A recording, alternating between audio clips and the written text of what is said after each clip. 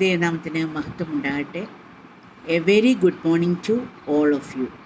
ഒരിക്കൽ കൂടെ കർത്താവിൻ്റെ സന്നിധിയിൽ ലോകരുടെ മധ്യത്തിൽ ഈ ദാസിക്ക് ഒരു ചാൻസും കൂടെ ദൈവം ഒരുക്കിയിരിക്കുന്നതിനായിട്ട് ദൈവത്തിന് നന്ദി പറയുന്നു.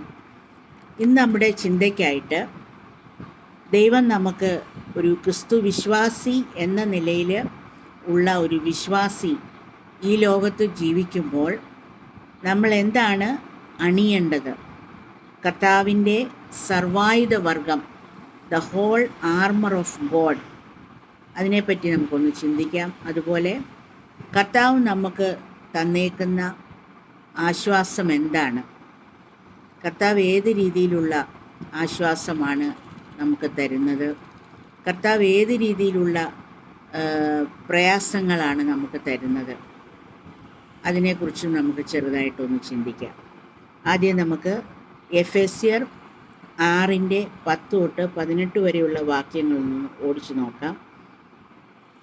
ഒടുവിൽ കർത്താവിലും അവൻ്റെ അമിത ബലത്തിലും ശക്തിപ്പെടുവിൻ. പിശാചിൻ്റെ തന്ത്രങ്ങളോട് എതിർത്ത് നിൽപ്പാൻ കഴിയേണ്ടതിന് ദൈവത്തിൻ്റെ സർവായുധവർഗം ധരിച്ചുകൊള്ളുവിൻ. നമുക്ക് പോരാട്ടമുള്ളത് ജഡരക്തങ്ങളോടല്ല, വാഴ്ചകളോടും അധികാരങ്ങളോടും ഈ അന്ധകാരത്തിൻ്റെ ലോകാധിപതികളോടും ആകാശമണ്ഡലങ്ങളിലെ ദുഷ്ടാത്മസേനയോടും തന്നെ. അതുകൊണ്ട് നിങ്ങൾ ദുർദിവസത്തിൽ എതിർപ്പാനും സകലവും സമാപിച്ചിട്ട് ഉറച്ച് നിൽപ്പാനും കഴിയേണ്ടതിന് ദൈവത്തിൻ്റെ സർവായുധവർഗം എടുത്തുകൊള്ളുവിൻ. ഇനി എന്തൊക്കെയാ സർവായുധവർഗം? നിങ്ങളുടെ അരയ്ക്ക് സത്യം കെട്ടിയും നീതി എന്ന കവചം ധരിച്ചും സമാധാന സുവിശേഷത്തിനായുള്ള ഒരുക്കം കാലിന് ചെരുപ്പാക്കിയും എല്ലാറ്റിനും മീതെ ദുഷ്ടൻ്റെ തീയമ്പുകളെ ഒക്കെയും കെടുക്കുവാൻ തക്കതായ വിശ്വാസമെന്ന പരിച എടുത്തുകൊണ്ടും നിൽപ്പിൻ. രക്ഷ എന്ന ശിരസ്ത്രവും ദൈവവചനമെന്ന ആത്മാവിൻ്റെ വാളും കൈക്കൊള്ളുവിൻ.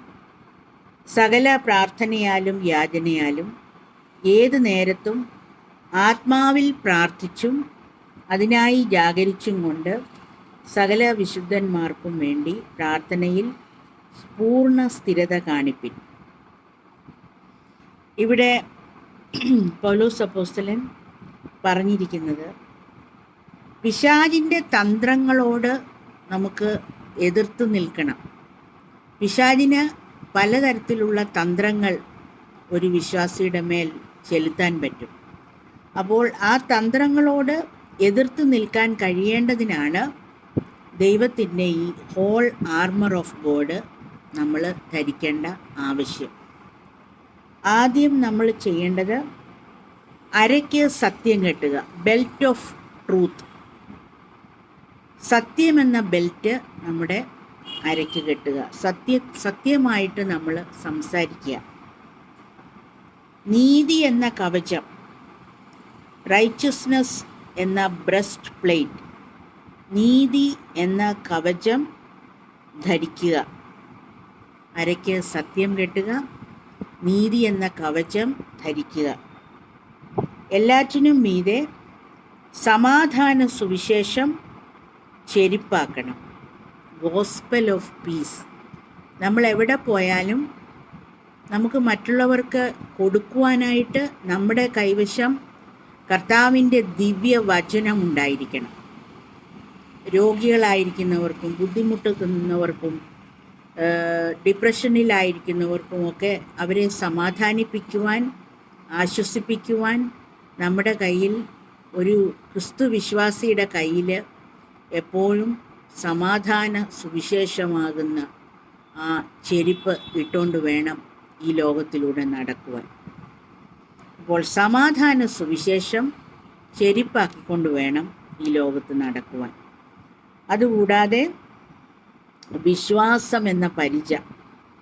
നമ്മുടെ തലയ്ക്ക് മീതെ ദുഷ്ടൻ്റെ തീയമ്പുകളൊക്കെയും വരാൻ ചാൻസ് ഉണ്ട്.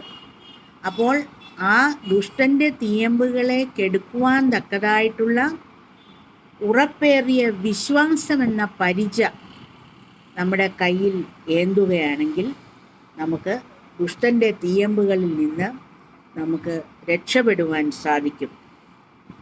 കൂടാതെ രക്ഷ എന്ന ശിരസ്ത്രം ഹെൽമറ്റായിട്ട്, ഹെൽമറ്റ് ഓഫ് സാൽവേഷൻ, രക്ഷ എന്ന ശിരസ്ത്രം അണിയുക. ദൈവവചനം എന്ന ആത്മാവിൻ്റെ വാള്, sword of the spirit, word of God. അതായത് ദൈവവചനം എന്ന ആത്മാവിൻ്റെ വാള്, sword of the spirit which is the word of God. നമ്മുടെ വാളെന്ന് പറയുന്നത് കർത്താവിൻ്റെ വചനമായിരിക്കണം. കർത്താവിൻ്റെ വചനമാകുന്ന വാള് നമ്മുടെ കയ്യിൽ വാളായിട്ടുണ്ടായിരിക്കണം. അതുപോലെ നമ്മുടെ ഇടം കയ്യിൽ നമുക്ക് കർത്താവിൻ്റെ വിശ്വാസമാകുന്ന പരിച, ഹെൽമറ്റാകുന്ന സാൽവേഷൻ, രക്ഷ എന്ന ശിരസ്ത്രം, അരയ്ക്ക് സത്യമാകുന്ന ബെൽറ്റ്, ബ്രസ്റ്റ് പ്ലേറ്റ് ആയിട്ട് എന്താണ്? നീതി, റൈച്ചസ്നെസ്, നീതിയോടെയും ന്യായത്തോടെയും നമ്മൾ ചിന്തിക്കുക. നീതിയുടെയും ന്യായത്തോടും കൂടി നമ്മൾ ഈ ലോകത്ത് ജീവിക്കുക. അങ്ങനെ 7 കാര്യങ്ങളാണ് ഇവിടെ പറഞ്ഞിരിക്കുന്നത്. കൂടാതെ നമ്മൾ സകല പ്രാർത്ഥനയും യാചനയും കർത്താവിനോട് കഴിക്കണം. ഏത് നേരത്തും നമുക്ക് പ്രാർത്ഥിപ്പാൻ ദൈവം അവകാശം തന്നിട്ടുണ്ട്. ആത്മാവിൽ നമുക്ക് പ്രാർത്ഥിപ്പാൻ പറ്റും. ആത്മാവിൽ ജാഗരിക്കുകയും പ്രാർത്ഥിക്കുകയും ചെയ്യണം. പല കാര്യങ്ങളെ ഓർത്ത് നമുക്ക് പ്രാർത്ഥിക്കുവാൻ പറ്റും.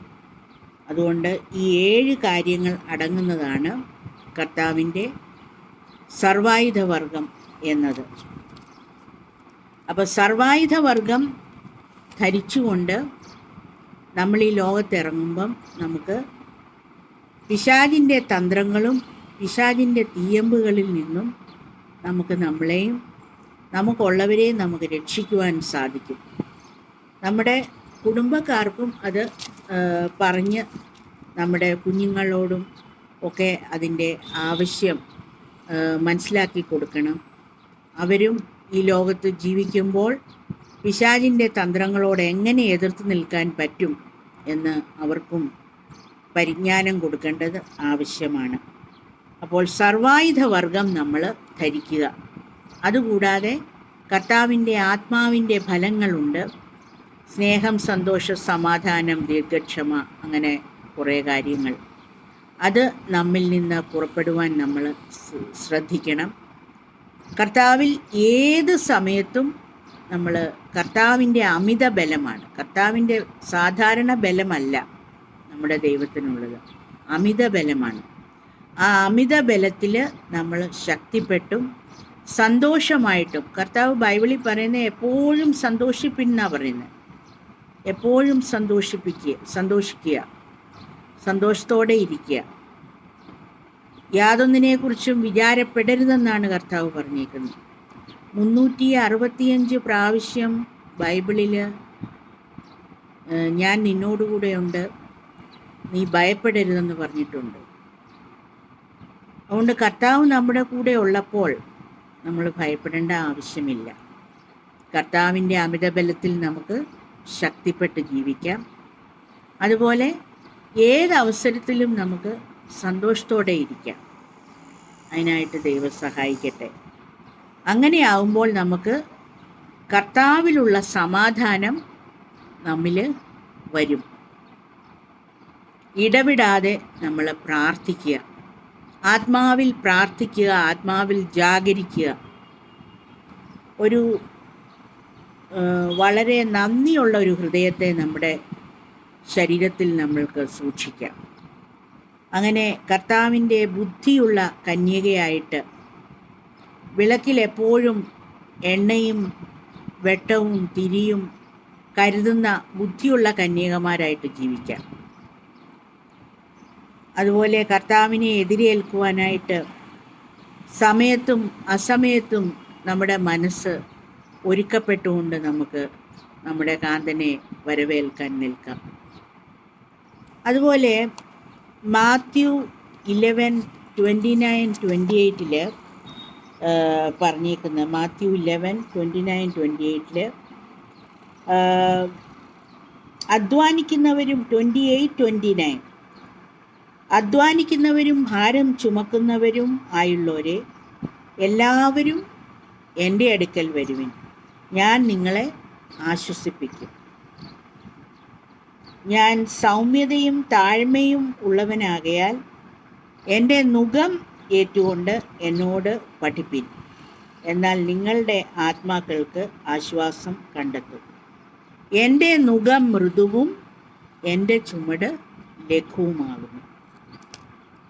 ഇവിടെ നമ്മൾ ഈ ലോകത്ത് ജീവിക്കുമ്പോൾ കർത്താവ് നമുക്ക് ചുമട് തന്നിട്ടുണ്ട്, അതുപോലെ കർത്താവിൻ്റെ നുകവുമുണ്ട്.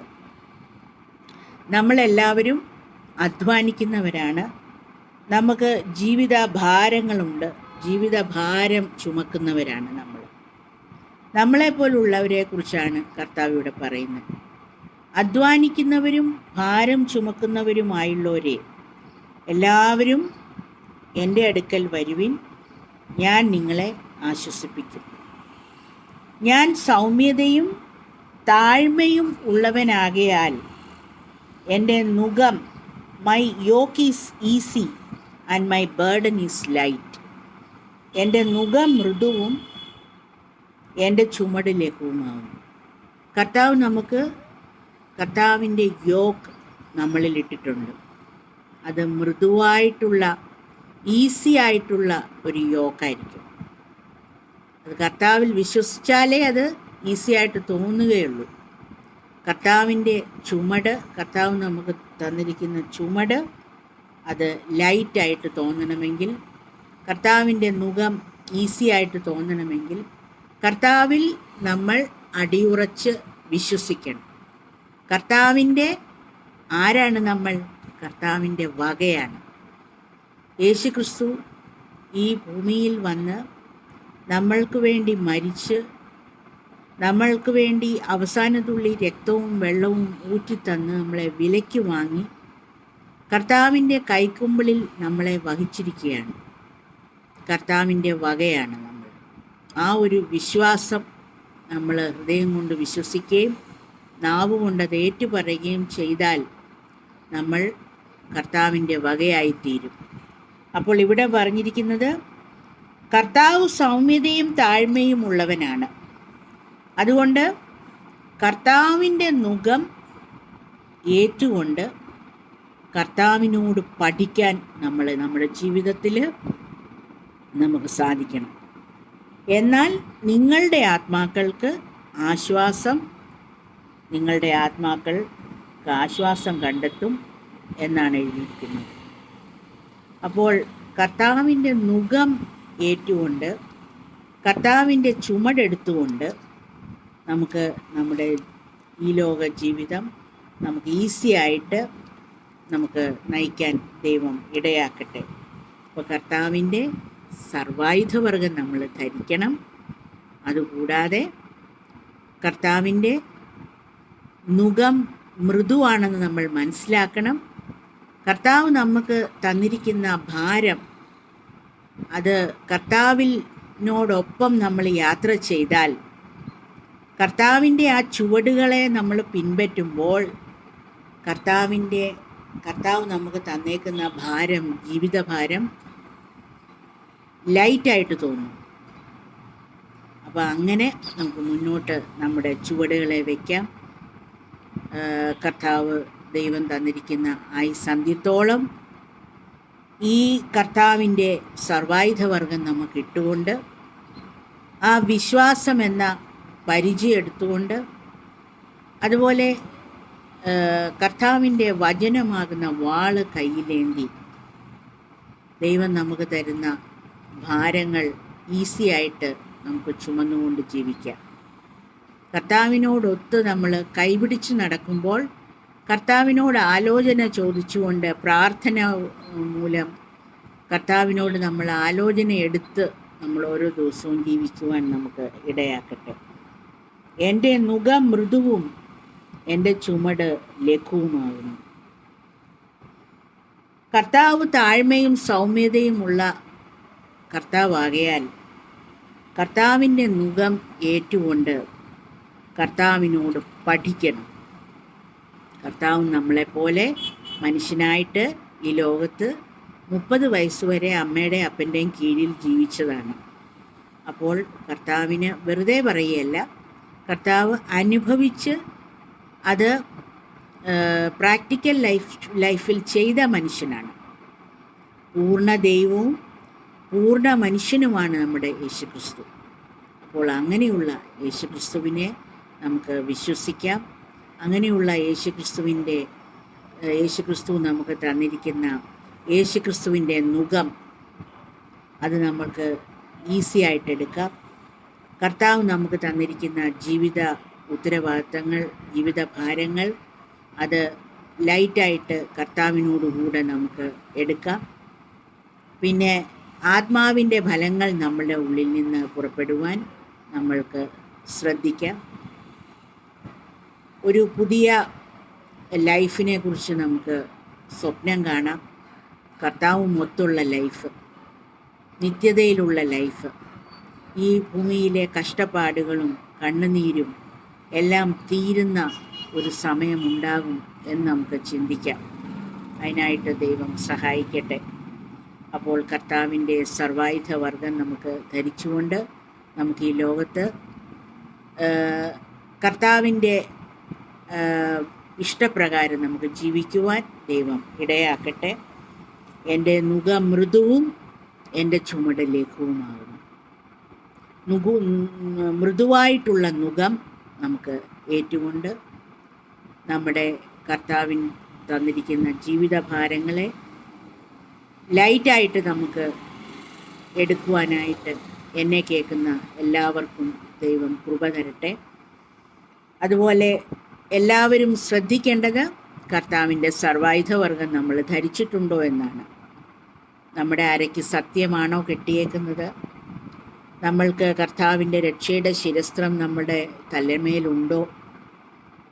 വിശ്വാസമെന്ന പരിചയമുണ്ടോ? വിശ്വാസമെന്ന പരിചയം നമ്മുടെ കയ്യിലുണ്ടോ? അതുപോലെ ദൈവവചനമെന്ന വാള് നമ്മുടെ വലതു കൈയിലുണ്ടോ? അതുപോലെ നീതി എന്ന കവചമാണോ നമ്മൾ ബ്രസ്റ്റ് പ്ലേറ്റായിട്ട് അണിഞ്ഞിരിക്കുന്നത്? സമാധാനത്തിൻ്റെ സുവിശേഷം നമ്മൾ ചെരിപ്പാക്കിയിട്ടുണ്ടോ? ഇതൊക്കെ നമ്മളോട് തന്നെ ചിന്തിച്ച് ശോധന ചെയ്യാം. അങ്ങനെ ഈ 2024 മധ്യത്തിൽ നമ്മൾ വന്നിരിക്കുകയാണ്. ഈ ലോകത്ത് പല പല സംഭവങ്ങൾ നടക്കുന്നുണ്ട്. അനേകർ ഈ ലോകത്തു നിന്ന് ഓരോ ദിവസവും മാറ്റപ്പെട്ടുകൊണ്ടിരിക്കുകയാണ്. അവിടെയൊക്കെയും ദൈവത്തിൻ്റെ കൃപയിൽ, കർത്താവിൻ്റെ ചിറകിൻ കീഴിൽ നമ്മളെയൊക്കെ സൂക്ഷിക്കുന്നതിനായിട്ട് ദൈവത്തിന് നമുക്ക് നന്ദിയുള്ള ഒരു ഹൃദയം ഉള്ളവരായിട്ട് ജീവിക്കാം. നമുക്കെന്നും വേണ്ടുന്ന എല്ലാം തന്ന് ആഹാരം, വസ്ത്രം, പാർപ്പിടം, വെള്ളം, വായു, വെട്ടം എല്ലാം തന്ന് നമ്മളെ നടത്തുന്ന നമ്മുടെ കർത്താവ്, എല്ലാറ്റിനും ഉപരി നമുക്ക് ദൈവിക സമാധാനം നമ്മുടെ ഹൃദയത്തിൽ തന്നിരിക്കുന്ന ദൈവം. അപ്പോൾ അങ്ങനെയുള്ള ദൈവത്തിൽ നമുക്ക് ശരണപ്പെട്ട് ജീവിക്കാം. മുൻപോട്ടുള്ള ജീവിതകാലം സന്തോഷത്തോടുകൂടെ ജീവിക്കാം. ഏത് നേരത്തും കർത്താവ് എൻ്റെ കൂടെ ഉണ്ട്, ഞാൻ പിന്നെന്തിനാണ് ആകുലപ്പെടുന്നത് എന്ന് നമ്മളോട് തന്നെ നമുക്ക് പറയാം. അങ്ങനെ ദൈവത്തിന് കൊള്ളാവുന്ന ജീവിതങ്ങൾ നയിക്കുവാനായിട്ട് എന്നെ കേൾക്കുന്ന എല്ലാവർക്കും ദൈവം കൃപ തരട്ടെ. ദൈവം അനുവദിച്ചാൽ നമുക്ക് അടുത്ത ആഴ്ച വീണ്ടും പുതിയൊരു സബ്ജക്റ്റുമായിട്ട് കാണുവാനായിട്ട് ദൈവം ഇടയാക്കട്ടെ. എന്നെ ക്ഷമയോടെ കേട്ടിരുന്ന എല്ലാവർക്കും എൻ്റെ പ്രത്യേകമായിട്ടുള്ള നന്ദി ഞാൻ സമർപ്പിക്കുന്നു. വരാനിരിക്കുന്ന എല്ലാവിധത്തിലുള്ള ആപത്തുകൾ, അനർത്ഥങ്ങൾ, ദോഷങ്ങൾ, ശാപങ്ങൾ എല്ലാറ്റിൽ നിന്നും നമ്മുടെ കർത്താവ് നമ്മളെ കാക്കുവാൻ ശക്തനായിരിക്കയാൽ ദൈവത്തിന് നന്ദി പറയാം. കർത്താവിൻ്റെ ഈ വചനം ഒക്കെ ഇഷ്ടപ്പെടുന്നവർക്ക് ഇത് സബ്സ്ക്രൈബ് ചെയ്യാനും ഷെയർ ചെയ്യാനുമുള്ള അവകാശമുണ്ട്. അത് നിങ്ങൾ വേണ്ടതുപോലെ ഉപയോഗിക്കുക. അപ്പോൾ നമുക്ക് ഇനിയുള്ള ജീവിതം നമ്മുടെ ജീവിത ഭാരങ്ങളെക്കുറിച്ച് ചിന്തിക്കാതെ നമുക്ക് സന്തോഷത്തോടുകൂടെ ജീവിക്കാൻ ദൈവം ഇടയാക്കട്ടെ. കർത്താവിൻ്റെ നുകം എൻ്റെ കഴുത്തേലുണ്ട്, അത് മൃദുവാണെന്ന് നമ്മൾ വിശ്വസിക്കുക. ജീവിത ഭാരങ്ങൾ അത് ലൈറ്റാണ്, ഈസിയാണ് എന്ന് നമുക്ക് മനസ്സിൽ അങ്ങനെ തന്നെ വിശ്വസിക്കാം. അപ്പോൾ കർത്താവിലും അവൻ്റെ അമിതബലത്തിലും ശക്തിപ്പെട്ട് ജീവിക്കുവാൻ ദൈവം ഇടയാക്കട്ടെ. എല്ലാവരെയും മുറ്റുമായിട്ട് കർത്താവിൽ ഞാൻ സമർപ്പിക്കുന്നു. എല്ലാവരെയും ദൈവം നിറവോടുകൂടെ അനുഗ്രഹിക്കട്ടെ. Thank you. God bless you.